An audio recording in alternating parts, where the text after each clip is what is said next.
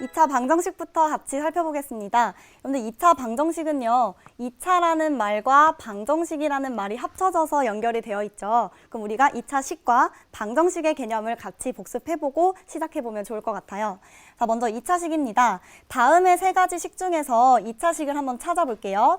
첫 번째 x제곱 더하기 3은요. x제곱이 그렇죠. 문자가 곱해져 있는 개수가 2개이기 때문에 2차항이고요. 문자가 없는 상수항은 0차입니다.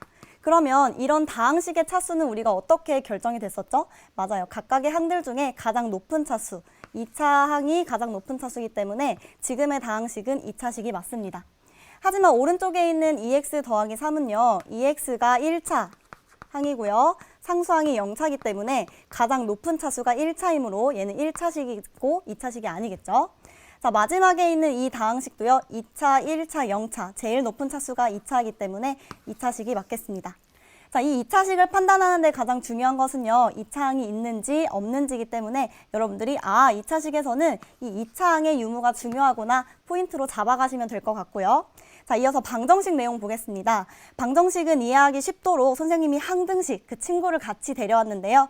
이 방정식과 항등식은 공통점이 있어요. 바로 등식이라는 점입니다. 여러분들 등식이 뭐였나요? 맞아요. 이 등호라는 기호를 이용해서 표현한 식이 등식이었기 때문에 방정식과 항등식에서는 이렇게 등호가 반드시 등장을 해야 됩니다. 그럼 이 둘은 어떤 차이점이 있을까요? 먼저 항등식을 볼게요. 미지수가 어떤 값을 갖더라도 항상 참이되는 등식이에요. 이 밑에 있는 예를 보면요. 이 x에 어떤 값을 대입하더라도 언제나 참이되는 등식이기 때문에 우리가 이 미지수의 값에 집중하지 않습니다. 하지만 방정식은요. 항등식과 달라요. 미지수의 값에 따라서 어쩔 때는 참이 되기도 하고 어쩔 때는 거짓이 되기도 하는 변덕쟁이 같은 친구인데요. 자, 이렇게 미지수의 값에 따라서 참이 되기도 거짓이 되기도 하기 때문에 우리는 어떨 때 참이 되는데 그 미지수의 값에 중점을 두고 찾고 있고요. 이 과정이 바로 여러분들이 했었던 방정식의 풀이, 방정식의 해를 구하는 과정이었습니다. 지금 예를 보면요. x가 마이너스 3일 때는 이 방정식이, 이 등식이 참이 되도록 하기 때문에 해가 되지만 x가 마이너스 3이 아닌 만약에 1이라고 한다면 대입했을 때 등식이 성립하지 않기 때문에 등식이 거짓이 되고 이 같은 경우에는 해가 되지 않겠죠? 자, 2차식과 방정식에 대한 내용 간단하게 살펴봤는데요. 오늘 배우는 2차 방정식, 이 둘의 내용을 모두 가지고 있으시다면 이해하기 어렵지 않을 거예요. 자, 살펴보도록 하겠습니다.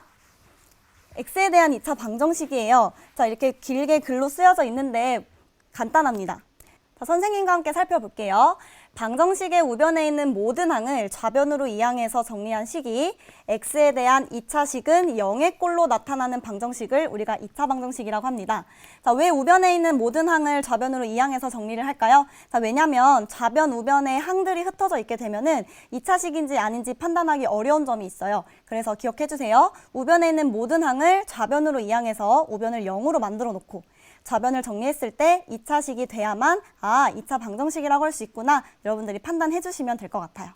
자, 그래서 이 2차 방정식을요. 우리가 일반에서 표현한다면 ax제곱 더하기 bx 더하기 c는 0, 우변은 0이고요. 좌변이 x에 대한 2차식 확인할 수 있죠? 자, 이때 a, b, c는 상수고요. 자, 여기 들어가는 조건이 굉장히 중요합니다. 바로 a는 0이 아니라는 조건이에요. 자, 좌변이 2차식이기 위해서 선생님이 중요하다고 했었던 항이 있었어요. 바로 2차항이죠.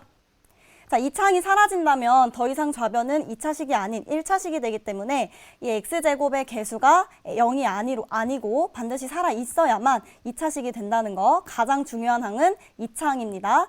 자, 여기서 b와 c는 0이 돼서 사라지더라도 좌변이 2차식인 것에 변함이 없어요. 하지만 x제곱이 사라지게 되면 2차식이 아니기 때문에 여러분들이 반드시 이 조건 기억하고 계셔야겠죠.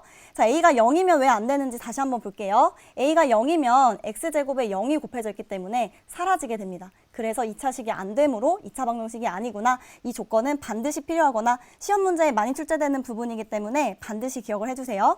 자, 그러면 문제에 주로 출제되는 유형이 뭐냐면요. 다음 중 2차 방정식이 아닌 것을 고르시오. 고르는 문제가 많이 나와요. 자, 그때 선생님이 무엇을 봐야 되는지 짚어주도록 하겠습니다. 자, 먼저 방정식은 등식의 한 종류이기 때문에 등식인지 아닌지 보셔야 돼요. 등식이려면 어떤 기호가 있어야 된다고 했었죠? 그렇죠. 이렇게 등호가 있어야 됩니다. 자, 그럼 예를 들어서 x제곱 더하기 4x 더하기 3 같은 경우에는요. 선생님 2차항에 살아있으니까 얘 2차식 맞네요. 2차 방정식인 것 같아요 라고 하면 틀렸어요. 자, 왜 그렇죠? 방정식은 등식이기 때문에 등호가 있어야 하는데 없습니다. 얘는 그냥 2차식이에요. 자, 또는 등호가 아니라 부등호가 있다고 하더라도 등식이 아니라면 모두 2차 방정식이 아닙니다. 자, 두 번째는요. 만약에 등식이라면 우변에 있는 모든 항을 좌변으로 이항해서 정리했을 때 좌변이 x에 대한 2차 식인지를 봐주셔야 되는데요. 자, 오른쪽에 얘 한번 볼게요. 선생님 좌변에 x제곱 있네요. 얘 2차 방정식 맞는 것 같아요 라고 하면 틀립니다. 자, 여러분들 x제곱의 위치를 잘 봐주세요. 분모에 있죠. 여러분들 기억해 줍시다. 자, 분모에 문자가 있는 경우에는 우리가 다항식이라고 하지 않아요.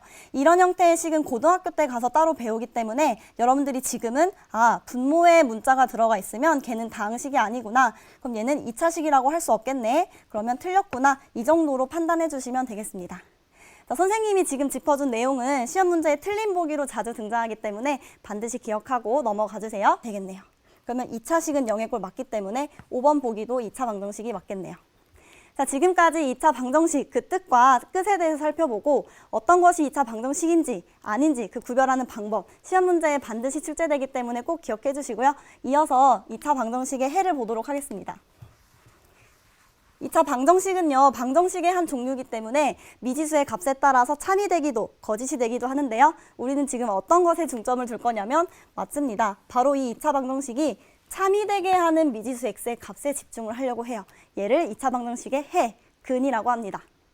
2차 방정식은요, 주로 해가 2개 존재하고요. 특별한 경우에는 1개 또는 없을 수도 있다는 거 여러분들이 지금 한번 알고 가시면 좋을 것 같아요. 자, 그리고 해는 거꾸로 2차 방정식에 대입을 했을 때 등식이 성립합니다. 많은 문제를 푸는 주요 포인트가 되기 때문에 여러분들이 반드시 기억을 해주셔야 돼요. 방정식을 참이 되게 하는 x의 값이 해구나. 그럼 거꾸로 해를 대입하면 등식이 성립하겠구나. 자, 이 과정, 문제풀이 과정에서 꼭 나옵니다. 그 다음에 2차 방정식을 푼다라고 하는 것은요. 그 해의 근을 모두 구하는 것을 의미한다는 거 이미 1학년 때 배워서 그 내용 알고 있죠?